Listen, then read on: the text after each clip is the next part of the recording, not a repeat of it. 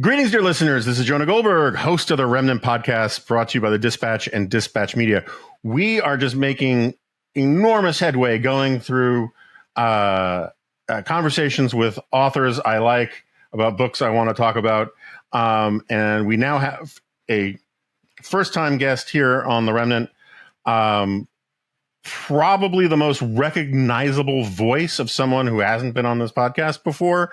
You may have heard me talk to him from time to time because there was a period there where I was the house goy at NPR for a while. And I was on quite a bit, particularly Morning Edition. And I was usually talking to Steve Inskeep. And Steve is the host of Morning Edition and Up First on NPR. He's the author of 4 books, the most recent of which is Differ We Must: How Lincoln Succeeded in a Divided American. Dr. Inskeep, welcome to the Remnant. Thank you. You said you were the house goy at NPR. Was that the phrase you used, sir? Are you not? That was the phrase I used. Are you not still? I haven't. Okay, we got to get you back. I haven't been on that. The frequency has died down. I think I'm still liked by you guys and all that kind of stuff. You're totally liked and admired, without a doubt. And I'm going to send a note to the executive producer as soon as we get off this podcast to us. No. There's no need for that. There's no need for that. I mean, every time every time I'm on NPR first thing in the morning, William F. Buckley does one full rotation in the grave. So,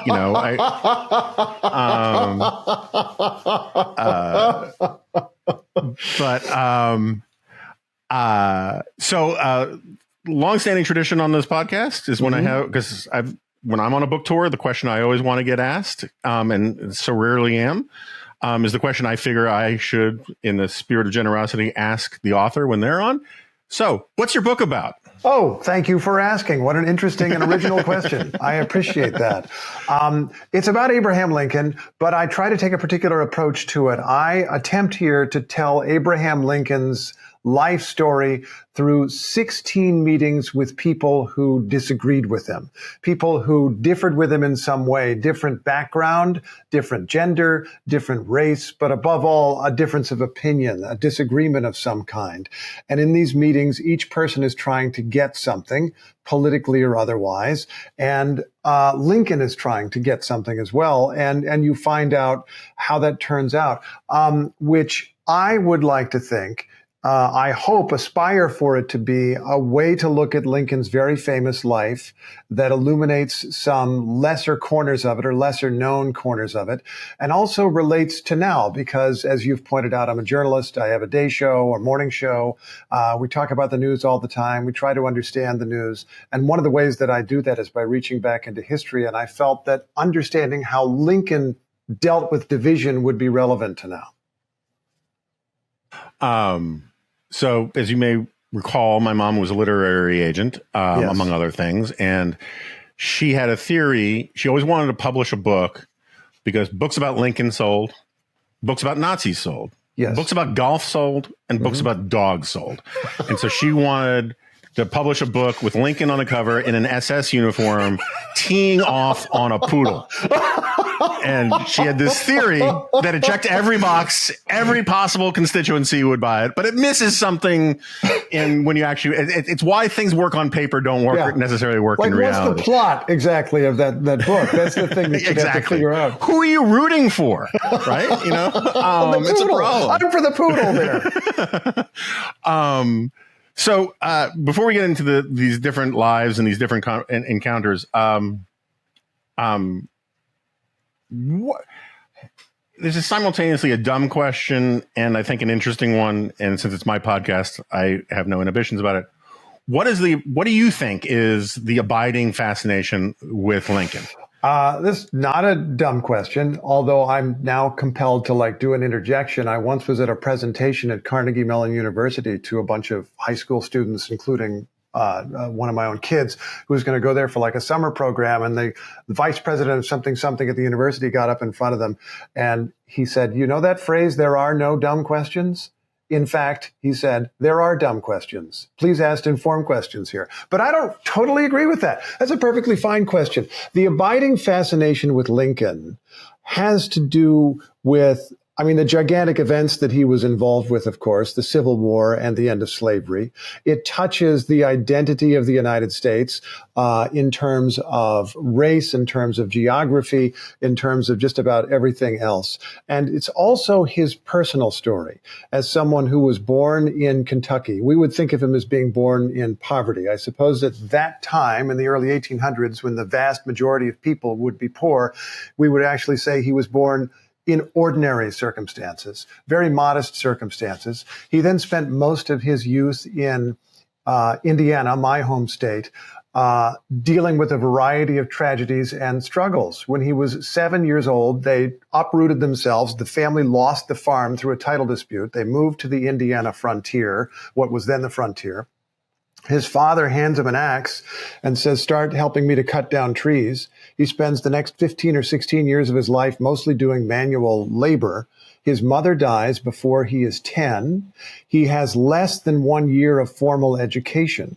And yet he teaches himself largely to read. He teaches himself to write and write well. He teaches himself good handwriting and ends up writing letters for other people who are illiterate, which I discovered turned out to be one of the ways that he was studying people. He's constantly absorbing information about people and how they think and how they're motivated. And one of the things he was doing was like absorbing the personal letters of other people who needed his help with his handwriting. So this is a guy who is starting at the very bottom, but studies law, ends up becoming a lawyer, and then ends up becoming president of the United States. It's an incredible story that resonates with what we would like to believe about America, whether or not it's always true.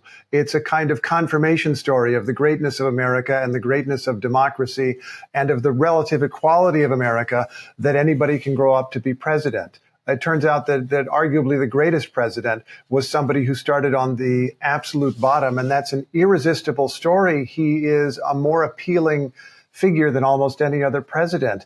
And all of those things, I think, combine to make him someone that people just can't get enough of. I'm not going to sit here and have you cast invidious implied aspersions on James Polk like this. He was a much more... No, I'm kidding. He's an important president, without a doubt. We could talk about more than any other president. So, yeah.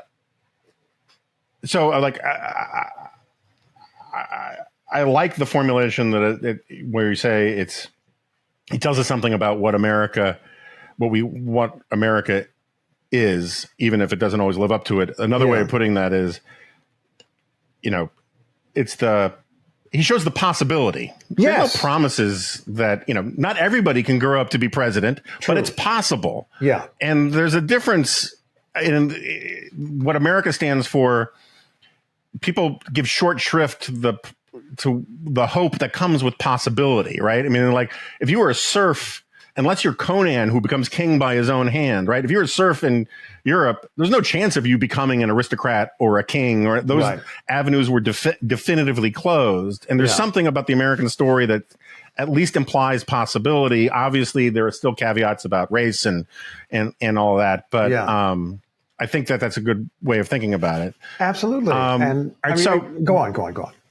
Well, no, I was just going to, well, maybe we can, why don't you sort of start with his encounter with Frederick Douglass, and what does that tell you about the man and his times? I love this story.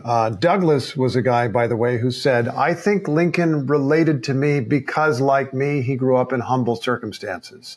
That was, of course, a little generous of Douglass, since Douglass grew up in even worse circumstances, enslaved, and had to resort to various strategies to teach himself how to read and to find people who would help him learn to read and to write, but escaped from slavery and became a great anti-slavery orator and writer.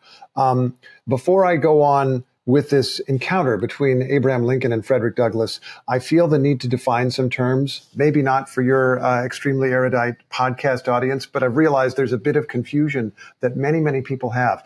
Frederick Douglass is not the guy from the Lincoln-Douglas debates. There's a different guy, Stephen A. Douglas, who was a United States senator who debated Lincoln in those debates. Frederick Douglass is a different person. Douglass, by the time Lincoln was an adult, They were not too far apart in age. Douglas was a little bit younger. By the time Lincoln was an adult, Douglas was a politician, I should say. Douglas had escaped from slavery and was writing books, was giving speeches, was sometimes being chased by mobs off stage, and was running a newspaper, which he used to comment on events and to bring an abolitionist view and a black point of view to politics. He became involved in politics, which not all abolitionists did before the Civil War. Some of them found the United States so corrupted by slavery they didn't even want to vote. They didn't want anything to do with the Constitution. They'd burn copies of the Constitution. Douglas began that way, but changed his mind, got involved in politics, and then decided eventually to support this new party, the Republican Party, which was an anti-slavery party that was not nearly radical enough for Douglas, but he felt that they were the ones with the best chance to win. And being pragmatic as Lincoln was, he supported the Republican Party. And when the Civil War came, when Lincoln was elected as the first Republican president, and when the South began the war in defense of slavery, Douglas became a kind of member of the loyal opposition. He's playing like two incredible roles, which I think a lot of activists often have to do. There's an outside game where he is constantly criticizing Lincoln for not going fast enough. From the first minute of the war, Douglas understands that a way to win this war is by freeing the slaves, the enslaved laborers from the South, which will take away their labor and create soldiers for the Union Army. Lincoln took a year and a half to get around to that, and Douglas is constantly criticizing him in public for being slow, for being a laggard. He even uses the phrase Negro hatred. He says that Lincoln represents Negro hatred. But at the same time, he's kind of playing an inside game. When the Emancipation Proclamation finally came in the early 1863, Douglas became an army recruiter, helped to recruit soldiers, but then became frustrated again because he promised these black soldiers they would get equal treatment, and they weren't getting equal pay or equal promotions or anything else. And he went to the White House to protest. There are many things that are incredible about this meeting. One of them being that it happened at all. Douglas came in the company of an important senator, so he had somebody to vouch for him. But he came into Lincoln's anteroom. This was a time when if you wanted to see the president, you couldn't send an email. You couldn't call ahead. You would show up and wait on him. And the anteroom is full of people. And there's so many people there, according to Douglas's account, that they spilled out of the anteroom across the hall and down the stairs. Lincoln's office being on the second floor of the White House at that time. And there's a ceremonial staircase that goes down to the lobby. So you can just picture people going all the way down the stairs. And they're all white, as Douglas recalled. And he was a black man who had publicly lambasted the president for years. And yet within 2 minutes of him sending in his card, someone says, "Mr. Douglas, you're next." And he gets in to see Lincoln, who admitted to some of the charges against him. He said, "I've been slow to provide equality to black soldiers. I will admit that I may have been slow for lots of things, but I'm a politician and I have to build political support for things. And I'm dealing with a lot of white people in the government who resist anything that approaches equality for black men. And so I'm doing everything I can step by step, and I'm working on it." And in fact, within a year or less, Congress provided and Lincoln signed equal pay for black soldiers, a law that would make that the law of the land. And they were promoting black men into officers' positions and so forth. So they had, I think, a constructive discussion. And they were two men that we think of as principled, which they were, standing for the highest American ideals. But they were also pragmatic. Or just to use a simpler word, they were practical. They were asking what is politically possible at this time. Douglas decided, unlike other abolitionists in the 1850s, that the way to strike the strongest blow against slavery was to support this party that he did not fully agree with. Lincoln understood again and again and again that while he personally opposed slavery all his life, there was only a certain amount that he could do at any given time, and he would try to accomplish that thing, and had a kind of philosophy of leaving the rest for later. his philosophy, he talked about, of course, often the Declaration of Independence and its promise that all men are created equal. And in one of the Lincoln-Douglas debates against the other Douglas, he has a line in which he says, this was not perfectly attained then. It's not perfectly attained now. It is never perfectly attained, but it can be approximated in ways that add to the happiness and well-being of people of all colors everywhere. And he's saying that we do the best we can, and then we have another election and we fight over things some more, because that's what a republic is. I just had this, it hasn't aired yet, but I had this great conversation with my friend Jay Cost, who's got a new book out on the Constitution, and we're talking about in my rarefied, nerdy world, there's this obsession among conservative intellectuals about the difference between a republic and a democracy, and you often hear jerks. I shouldn't say jerks. You often hear people get all haughty and finger waggy and say, this isn't a democracy, it's a republic. And I get what they're trying to say, but it's basically a dog whistle to a certain crowd kind of thing. And anyway, it just made me think, what made me think about this was that Jay agrees with me that he kind of grimaces when he hears that, is that if you're trying to understand what the difference between democracy and republic is, you know, when Lincoln says government by the people, what is it? Government of, by, with the and people, for the by people. the people, for the people? Of the people, by of, the people. by, and for the people, right? Yeah. Of and by is democracy. For is republic. And because republicanism implies a certain amount of, you know, the political scientists call it trustee representation or delegate representation. Delegate just says you're a remote control car of your voters. Yeah. And delegate says, no, you're being sent to provide your judgment, or what Edmund Burke would say, you know, your wisdom and all that kind of stuff. Yeah. And the great thing about Lincoln is that he kind of understood the balance that was really 2/3 of one and 1/3 of the other, but you needed that other one about understanding that you have to do you can only focus on what is possible. Yeah. While also keeping an eye on the direction, the ideal that you're trying to get towards. Yes. No, I think that's a great way to think of it. I ended up using the words a little bit interchangeably when I was writing, conscious of that division that you that you describe. I think the word republic was more commonly used in his time, but it was a time of democracy and of spreading democracy. Within Lincoln's lifetime, the number of people who were entitled to vote drastically expanded. Property requirements were removed for white men.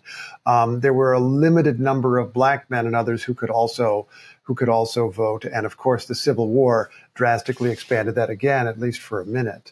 So it was very much a democratic time, and you hit on a great insight.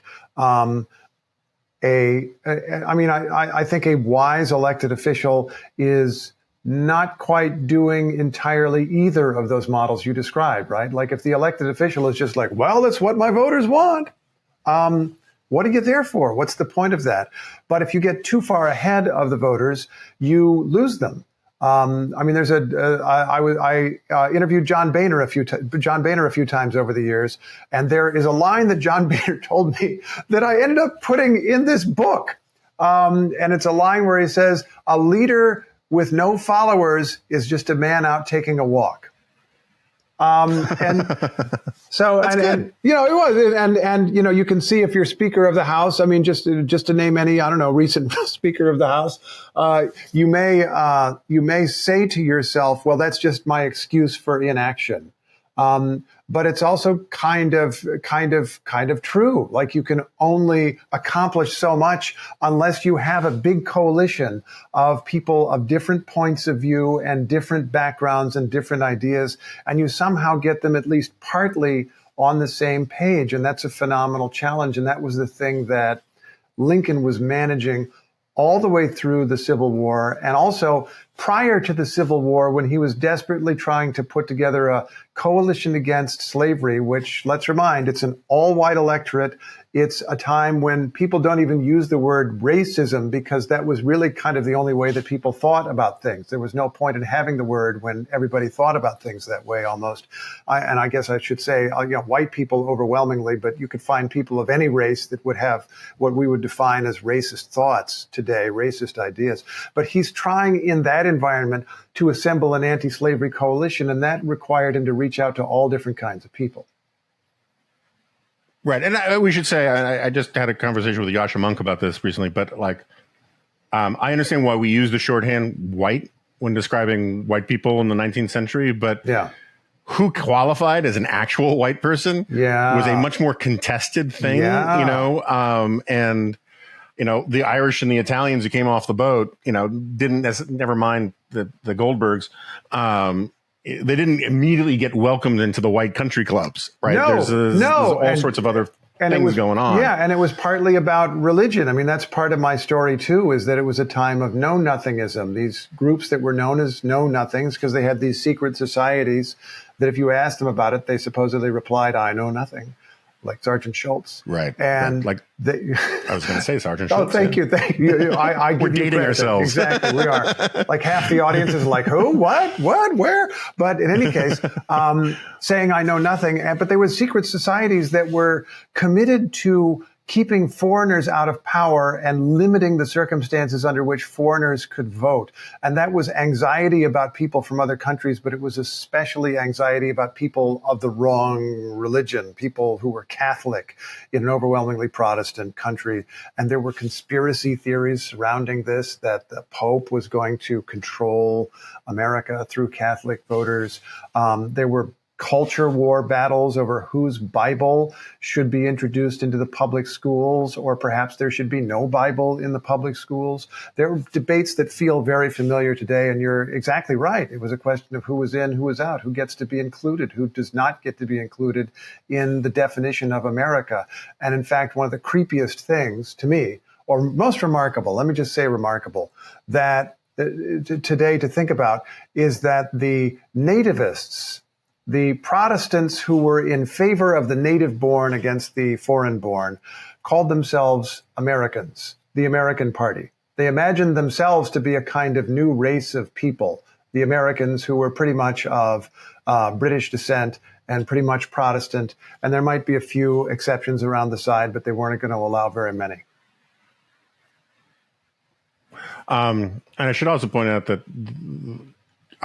it's a bit of a digression, but when you're talking about the crowded room and the waiting room for the White House that Frederick Douglass was in, some things are a bit more streamlined today, but that doesn't mean we've made all that much progress. Because personally, I think the Biden administration's use of German Shepherds to clear out that room is not the most desirable way to do it. But wait a minute, you're talking about the unintentional use of German Shepherds, are you not? This is what are we talking about? We're talking about who's being naive, the Steve? dog bites. Okay, go on. Anyway, Commander is following orders. True. I saw it on Fox. Commander has been told to do this. Okay, that's fine. It's on Fox. It must be true. Yeah, Steve Bannon says there are no coincidences. Oh, what a coincidence! Anyway, I just said the same thing. No, it's just a joke. All right, so tell me about Lincoln. Why did Lincoln take so long to leave the party that I would like to come back in many ways, the Whig Party? Mm-hmm. I've become of a decidedly Whiggish bent in many ways in recent years. Which sort of talks about which speaks to the reason why this podcast is called The Remnant. Uh-huh. But you write that Lincoln remained a Whig, and something more than loyalty kept him so. He declined to join the new party because its Illinois organizers were called abolitionists, widely seen as extremists. But you also point out that Lincoln, in 1854, in his Peoria speech, he objected to the Kansas-Nebraska Act. He criticized popular sovereignty in the context of slavery. Was Lincoln's reluctance to join the Republican Party purely political, or was there something else going on there? I think there's a number of things going on going on there. You're referring to one of my 16 meetings where he comes into kind of a friendship and a political partnership with Owen Lovejoy, who was an anti-slavery preacher whose brother had been killed by a pro-slavery mob for things he'd written in a newspaper about slavery. And so Owen Lovejoy had this kind of fire about him, this passion about him, and became one of the organizers of the Republican Party of Illinois in 1854, within months of the foundation of the Republican Party. Invited Lincoln to join in October of 1854. And Lincoln not only declined, but according to one account, made sure that he was out of town the next day when they had their organizing convention.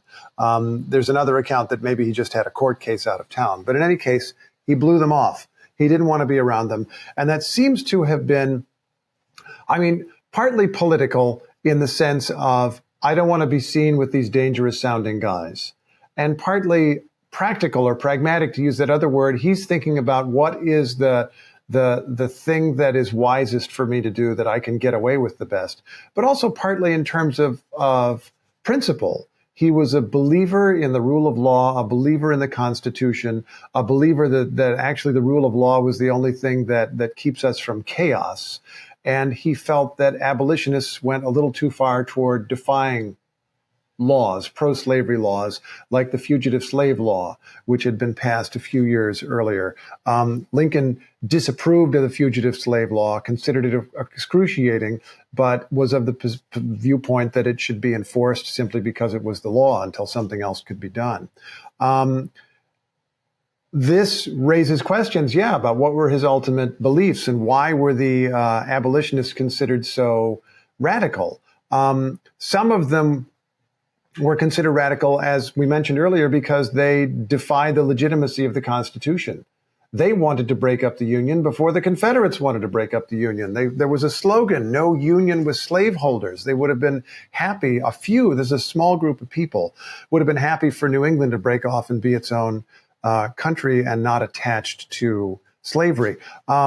There were other people who were labeled abolitionists who didn't go to that extent, but they defied the Fugitive Slave Law. They helped people to escape from slavery. Owen Lovejoy was such a person.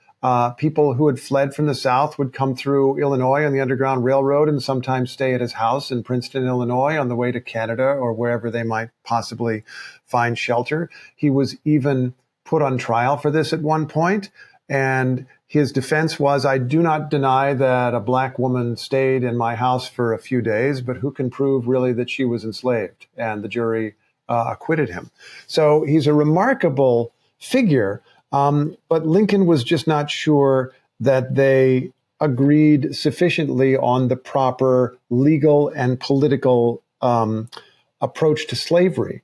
And I think that a little bit of an evolution took place in the course of that chapter, in the course of his relationship with people like Owen Lovejoy, in that Lincoln's political party, the party that you wish could come back, the Whigs, was falling apart.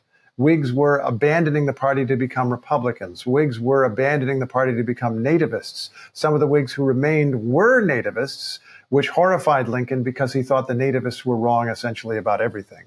And so his own party is falling apart. He's not sure about joining this new party because he's a politician. He wants to win. He wants to succeed. He wants to make a difference in the world. He's not sure that they can make a difference in the world. But by a couple years later, 1856, really maybe a year and a half later, he has effectively joined the Republicans.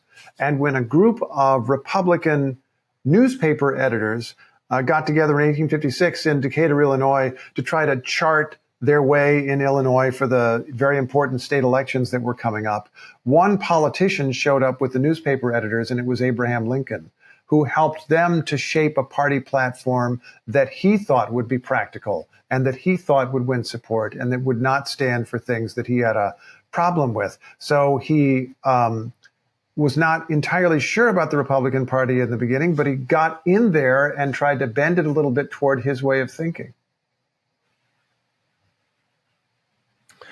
I read once, and I wish I could find it, that if you go back and you look at and I don't know if this is covered in the book, but if you go back and you read the local coverage of some of the Stephen Douglas debates, Mm-hmm. I mean, the Lincoln Douglas debates, the pro-South newspapers would write how Douglas so humiliated Lincoln that he was left a quivering mass begging for mercy upon the stage. And the pro-Lincoln newspapers would say Lincoln so bested Douglas that 12 men had to restrain him from his incensed rage at being so humiliated and all this kind of stuff. And I always bring this up when the issue of media bias comes up, which is that media bias is both more interesting and less interesting than most of the people who talk about it, but it's not new, right? True, and true. it and I'm not, this is not going to get into an NPR thing, but I'm just kind of wondering, first of all, when you go and you look at some of the historical stuff, how much of a discounting do you have to do about the journalistic sources that you're looking at when you're reading about this stuff? You have to discount them some. And in some cases, you are helped because with the example that you give, there would be commentary exactly as you describe, but they would then frequently print the transcript of the debate or a large part of the transcript of the debate. And so you could get firsthand information, which was helpful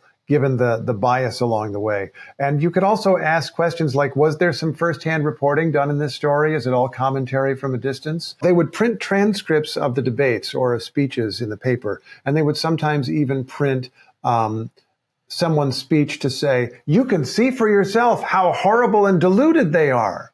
And so you would get actually interesting information even in a partisan paper. And the other thing that the partisan press did was it would reveal a lot about itself and its own anxieties. One of my favorite things to realize is a reason why Frederick Douglass, the abolitionist, was so famous.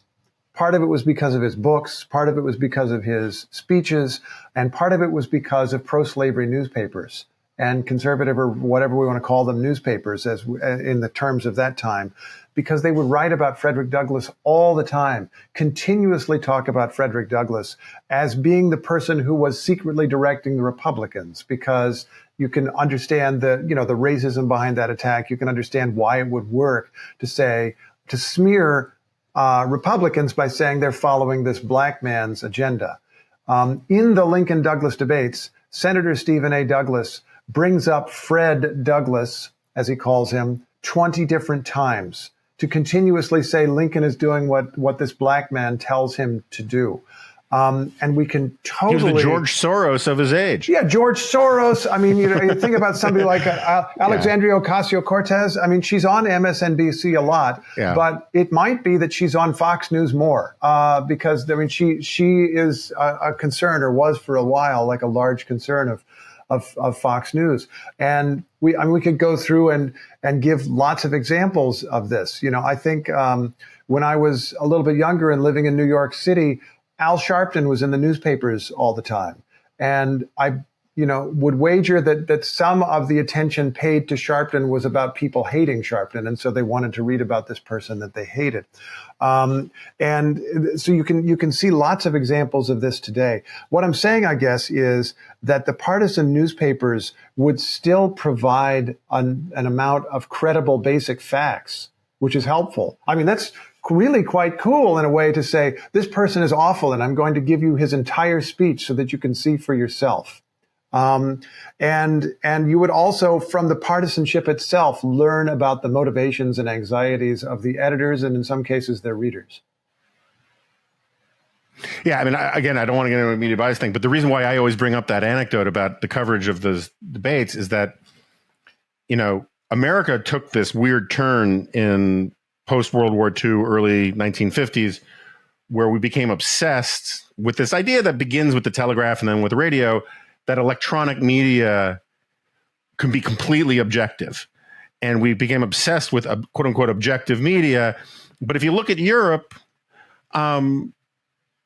they never really had that same transformation. And so, like, if you look at the London papers, you know, the Times is sort of Tory, and the Guardian is sort of Bolshevik, and the Telegraph is somewhere in the middle, and all kinds of, you know, where they're coming from. It doesn't mean that they're necessarily bad newspapers.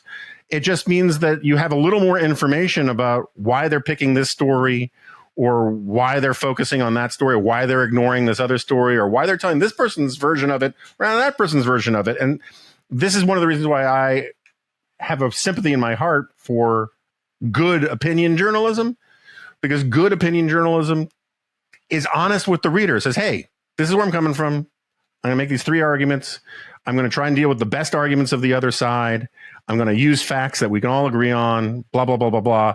And there's an honesty that comes from it. And I think, again, I think the partisan newspapers of the 1860s were probably way too partisan, but that approach of leveling with readers a little bit more, or the audience a little bit more, about where you're coming from, I think we lost something also in American journalism with that. Aren't you associated with some kind of publication that does just that sort of opinion journalism? I'm trying to bring forth and see if I can remember the name of it, to see if I can, learn it, remember it with dispatch as quickly as possible, whatever the name might be. I am indeed, and we're honest that we're center right and all of that kind of stuff, and we think that's a useful thing to be honest about the fact that we're center right, and we have an opinion side and we have a news side, and we care about facts on both, and we don't carry water for people. But like, anyway, I wasn't trying to bait you into a big media bias conversation. I know, but I'm happy to do it, and I appreciate what you're saying. I really like an article by somebody who comes in with a point of view, or a dark suspicion of something, or anger about something, or whatever, so long as they make an honest interrogation of it. If they interrogate their own thoughts and ideas, if they do give me enough information along the way that I can make up my own mind, if they do the modern equivalent of giving me the transcript of the speech so that I can see for myself how terrible it is, if in fact I even think that it's terrible. If they are, as a television network, for example, giving me like one little snippet of something that gives a mistaken impression. And I could give millions of examples of this. Some of them are not even like necessarily partisan. I'm remembering after Hurricane Katrina, watching CNN in horror, the destruction of New Orleans, and they had a overhead view of a house on fire. And they spent so much time showing this house on fire that I thought that all of New Orleans above the waterline had burned, when in reality it was just a house on fire that they focused on continuously. And, if I watch Fox News, and it is on when I'm doing the show in the mornings, by the way, they've got cable TV on in there. There have been phases where they're again and again and again and again and again showing people trying to climb the border fence, which gives me an impression of like millions of people trying to cross. And certainly a lot of people are trying to cross, but I get the wrong idea, the wrong perspective. There are things about both Trump and Biden where you pick a clip of them doing something incredibly stupid, and then someone says, see, he's obviously insane, he's obviously senile, or whatever. And that, I think, is a problem, where you have, that's where it becomes propaganda, where you're not giving the public enough information to make up their own mind, and you're not being intellectually honest about what you're presenting to people. Yeah, I mean, I try really hard not to talk about the media bias stuff anymore. Oh, we can go on. We can go on. Let's just no. But what you guys are doing is good. The argument, the example I always use, because like people want to talk about ideological bias, and I think ideological bias is a thing, right? I've been known at various points in the past to accuse NPR of it, and I think it does exist from time to time in NPR. But the thing that's interesting to me, or I think like people that gets left out, is that there are a lot of other kinds of bias too. And the story I always tell was years ago when Howard Kurtz was still at CNN, and before his long journey, and he would have me on to argue with about liberal media bias. He would say how crazy I am for thinking it exists and all that kind of stuff. And now he's lapped me several times. But I remember we were about to have a panel discussion about something, about media this or media that. And again, this had to be 2002 or something like that. And they said, hold on, we got breaking news. And they cut to essentially live footage of, I believe it was a purse snatching in the parking lot of like a Kroger in Indianapolis. Okay. And it was just good video. Yeah. Right back then, this was back when like that was not shocking. That was still kind of shocking video to have that kind of video, whatever. And they're interrupting the show. We're going to have this highfalutin talk about like liberal media bias because good video, the bias towards video is greater than any of these other ideological things, right? I mean, if you get a great story about teenagers running wild or cheerleaders doing crazy things, it's going to beat out the Federal Reserve 9 times out of 10, you know, because that's a bias too, you know. I agree with you. And fortunately, in Lincoln's time, there was not quite that same problem with video. In fact, I think about this sometimes. When you look at Lincoln's speeches, it doesn't, the speeches themselves do not have like a lot of like personal stories necessarily, or any of those things that grab your emotions the way the purse snatching in the Kroger parking lot would. He was trying to reason with people and work his way through the logic for or against whatever he was talking about. It's remarkable that people stood and listened to him for 3 hours at a time. Well, and also, didn't the Gettysburg Address get just panned? Like, first of all, for being too short, because it was, but... No, I think there are a lot of legends around the Gettysburg Address. For example, that it was written, quickly on the back of an envelope. In fact, Lincoln did multiple drafts, thought about it a lot, and it was a distillation of themes he'd been playing with in speeches for at least 9 years. And the idea that it was criticized or not liked, I think, has proven not to be particularly true. People thought it was a lovely little speech. It is true that Edward Everett, prior to that, gave a speech of like 3 hours, 2 or 3 hours, recounting the entire history of the battle. It was like a CBS Reports documentary or whatever on the entire Battle of Gettysburg, and Lincoln just had these few words. I don't know that anybody heard that and thought, oh, this is the greatest speech in American history and children will be reciting this for generations afterward. But my understanding is it was reasonably well received. That's good to know. I'm no longer a Gettysburg Address truther. Okay. So is there any evidence then that if Everett had kept it short, the Gettysburg Address might have been longer? No, that's a great question. But Lincoln had a plan for what he wanted to say. And it was a distillation of other things. One of the things that I discovered, I mean, this is known to Lincoln scholars, it was new to me, is that in the couple months before he gave the Gettysburg Address, he had his meeting we were discussing with Frederick Douglass. And Douglass was saying, you're not going far enough toward equality. And Lincoln was saying, well, my hands are a little tied here because of politics. I can only go so far. And that really, if Lincoln is taking a moral approach, what he just said about political reality is a reasonable thing to say because it's politics. But then the next step is, if you were doing the wrong thing because of politics, that creates an obligation to try to change the political circumstances so that you can do a better thing. And Lincoln, within a few weeks after that, was invited to give an address at Springfield, Illinois, where he had come up in his political career, and the state in many ways had turned against him. A lot of people didn't like the Emancipation Proclamation. His party had lost control of the legislature. There were people calling for a negotiated peace. There was a lot of anger. And Lincoln could not come to give the speech, but he wrote a letter and sent it to his friend to read aloud to the crowd. And he said, I have but one piece of advice. Read it very slowly. And in this letter, which is about 5 times longer than the Gettysburg Address, it's like 1,500 words instead of a little less than 300, he reasons with the crowd. And he's acknowledging that he's talking to just a fundamentally racist crowd that is against emancipation and everything else.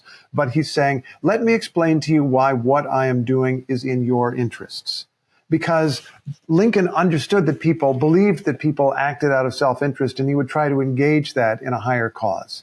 And he says, and of course we're going to use archaic language here. He talked about the Negro, black people. He said, to be frank, you disagree with me about the Negro. I think that all men should be free, and seems like you may think something different. But let me tell you why it's good that we are freeing men from bondage and they're enlisting in the Union Army. You say that you you are not willing to fight in the Army to free black people. Fine. Some of them seem to be willing to fight for you. Now, no matter your hypocrisy, it is black men doing the work that white men otherwise would have to do. And they are literally right now helping us win battles and win the war. And therefore, a measure of equality is in your interests, even if you don't agree in principle with the idea. Consider your interests. What I am doing is in your interest. What they are doing is in your interest. And in a way, this speech is a longer, rougher, more raw, more directly political version of the Gettysburg Address, which Lincoln gave then a number of weeks after that at the dedication of the cemetery in Gettysburg. The Gettysburg Address is the elevated, all men are created equal, just about makes you cry, beautiful statement of American purpose. And the earlier draft, the letter he sent to Springfield, Illinois, to be read aloud to that crowd, is the rougher, raw, political statement that tells you what the war was really all about. Sort of the liner notes of the Gettysburg Address. Yes. Yeah. That's interesting. So this is actually a good segue in our final minutes here to bring it up to contemporary days. You said that Lincoln fundamentally believed that politics was about appealing to people's self-interest, that people were self-interested. I have my sympathies and my doubts about that in terms of today's politics. It feels to me like in today's politics, on both sides to one extent or another, probably more acutely and more obviously given the events of the last week with the speaker stuff, there is this understanding of politics as we don't care about policy, we care about owning the other side, about punishing the other side, about not working with the other side. A lot of symbolic, call it culture war if you want, stuff that is all about, the Republican Party essentially runs to say we're not Democrats right now. And Democratic Party basically runs to say we're not MAGA Republicans. And there's not a lot of, as a think tank guy, there's not a lot of policy stuff there. There are not a lot of issues there. It is basically just signaling and tribalism and that kind of thing. And, the question is that I'm sure you get a lot on the book tour is, what can we learn from Lincoln about his time that would help us for today? And is appealing to people's self-interest today in the way that Lincoln did, or to their ideals the way that Lincoln did? Do you think there's still room for that in American politics? I'm not talking about speaking to the people who already agree with you. I'm talking about winning people over who don't agree with you. Yeah, no, I completely hear you. And that is one of the problems that got me thinking in the terms that I did as I wrote this book. I don't know that it was fully in my mind at the beginning, but as I continued covering events and writing, it was more and more on my mind. I think that there is an insight here, because Lincoln was not necessarily trying to get people to change their minds about fundamental things that they believed. And you can understand how hard that would be from looking around now. I mean, people get frustrated that they want to persuade their uncle who likes Donald Trump over Thanksgiving dinner to change his mind about Donald Trump. And that's just not going to happen, because there was a long process of their uncle having that particular kind of politics. But maybe you can find something that you can deal with your uncle on. And there are people attempting that kind of politics right now, and it even relates to policy. I'll give an example of the current administration. And I'm not saying that what they're doing is good or bad, but I'm giving it as an example of something that they are doing that is explicitly this kind of politics. Democrats, when they controlled both houses of Congress, passed the Inflation Reduction Act, which included a bunch of subsidies to provide a clean energy transition, going from fossil fuels over to wind and solar and whatever else, water power and everything else. And that involves things like electric car batteries and a variety of other things. And you now have the administration, for better or worse, eager and supportive of the idea that a lot of the jobs created by those industries, because there are a lot of jobs, should be in red states, which would give people in red states a stake in this new economy that many voters may have some concerns about and wonder if it's practical, whether it makes any sense, or whether it's really in their interest, or whether it's kind of a plot to control them. And that would be an example of trying to include everybody, if you want to put it positively. If you're cynical about this, maybe you would say it's, somehow trying to buy people off or buy off voters in the way that Newt Gingrich used to feel about a lot of kind of democratic social programs and so forth.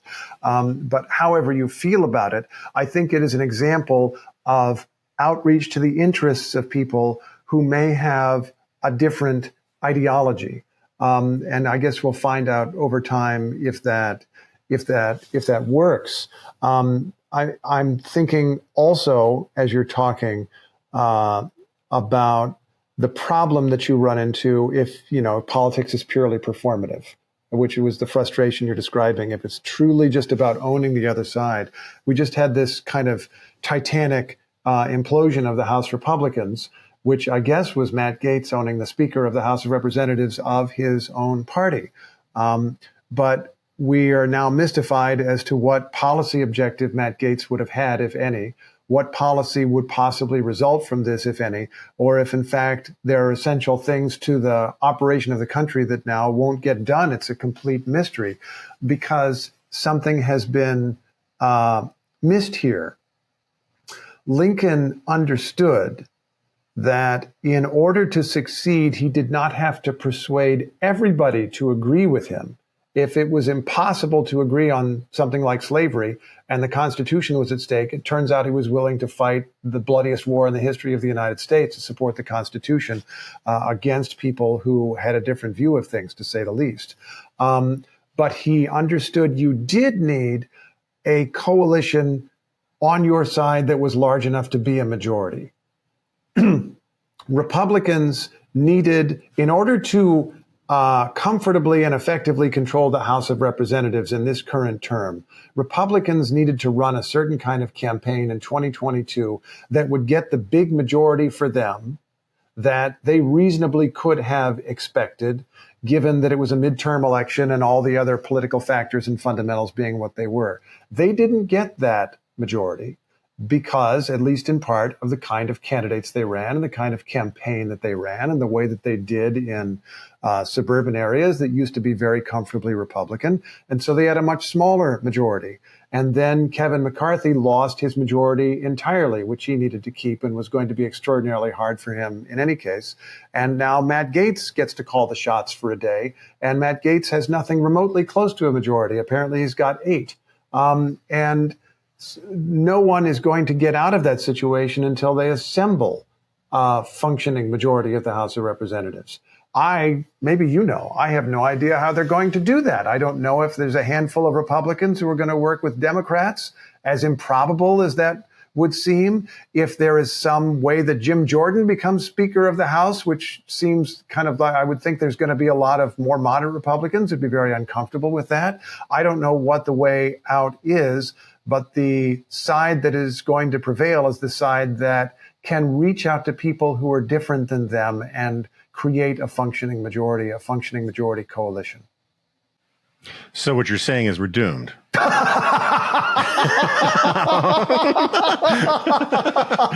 Thank you. That's a nice summary. No, but I'm not entirely joking. I agree with you. I mean, it's very it's very easy, and it's the only right answer to say, I have no idea how this is going to play out, right? Because we have no idea how it's going to play out. But part of the problem, and this is something that Yuval Levin and I and some others have been writing about a lot, is both parties operate on this assumption that they are just on the cusp of being the majority party, but that the need, in order to win an election, they therefore don't need to reach out to people beyond their coalition. All they need to do is intensify the turnout of the people already in it, who may, the low propensity voters already in their coalition, just turn up the gain on their turnout a little bit and they'll win. And the problem is that both parties think that they are rightful majority parties, but they both operate as if they're minority parties. And the second they get in power, they think, we're not going to last here very long, so let's swing for the fences and do as much as we can, which invites the backlash that gets the other party in power for a change election, and then they repeat it. And, like we've been in Washington for a long time now. It used to be really remarkable for the House of Representatives to switch parties. It used to be, like the pendulum swinging on the Senate was a big deal. Pendulum swinging on the White House was a big deal. But each party thinks that it's impossible for them to be a 60% coalition. So all they want to do is do the sort of Ted Cruz, Donald Trump strategy, or the Barack Obama, frankly, strategy from 2008 of turn up the gain on their own side. And that'll be the answer to it. And that is very anti-political. If you don't think it's possible for you to win over anybody above 50% of the vote, there's just not a lot of persuasion going on. There's a lot of exhortation of your own side just to turn out more. And that creates, I think, a lot of the dysfunction that we've got right now. I think the party that is better at reaching out to the other side and broadening their coalition at least a little bit is the party that would be better positioned in 2024. I think about this a lot. Democrats have a majority in the United States Senate, and they're going to lose it unless they manage to do well in about a half dozen fairly conservative or purplish kind of states, ranging from West Virginia around to about Arizona, where Donald Trump has done well or even won the state hugely. And Democrats need bigly. Thank you. Bigly. I appreciate that correction. Democrats are going to need to do well in those states. And in some cases, we'll be relying on senators like Joe Manchin, if he doesn't run for president, that progressives just loathe. But they really need this person that they just loathe to keep West Virginia on their side if Manchin decides to do that. That requires them to build a larger coalition. Republicans have kind of a flip side version of this. I guess I would think in terms of traditionally Republican suburbs that have gone bluer and bluer. This is even true of my hometown of Carmel, Indiana, which used to be like the most Republican town in the state of Indiana. And there are many, many, I forget if the whole city voted for Joe Biden, but there are many, many blue districts of it now. And there's been a tremendous flip. And if suburban voters who have some history of voting Republican, who are open to being Republicans, think that Republicans are too extreme, as they clearly did think in the last several elections, Republicans are going to have trouble having a broad enough coalition to do very well in 2024. I think for either side, it's a coalition game in this next election. Oh, I think you're right. Which I think the problem is that it's all negative coalitions. It's all who can convince people to hate the other party more, rather than actually the Aristotelian sense of politics, which is you persuade people to join your coalition because it's in your interest. We live in this era of negative polarization. I can actually show it to you. I've quoted it many times on your show. I got this drawing on the wall. It's an old New Yorker cartoon. My wife had blown up for me for my birthday a few years ago. And it's got two dogs having cocktails at a bar in Manhattan and wearing nice suits. And one dog says to the other, it's not enough that we succeed. Cats must also fail. And the cats must also fail is the pitch of American politics right now. Yeah, like people don't even do the first part anymore. They're like, it's not necessary for us to succeed so long as the cats fail. That's right. As long as we own the cats, we're winning, right? That's the Trumpian, Gatesian formulation. Steve Inskeep, I wish we could go on, but I actually have to hit the road, and it was great talking to you. I hope you'll come back. Yeah. And do not hector anybody about me no longer being the house goy at NPR. It is fine. I'm there to break glass when needed. Don't worry about it. The occasion will come, whether I raise it or not. The occasion will come. We'll have you back on. You've always been great, and people love you. Thank you, sir.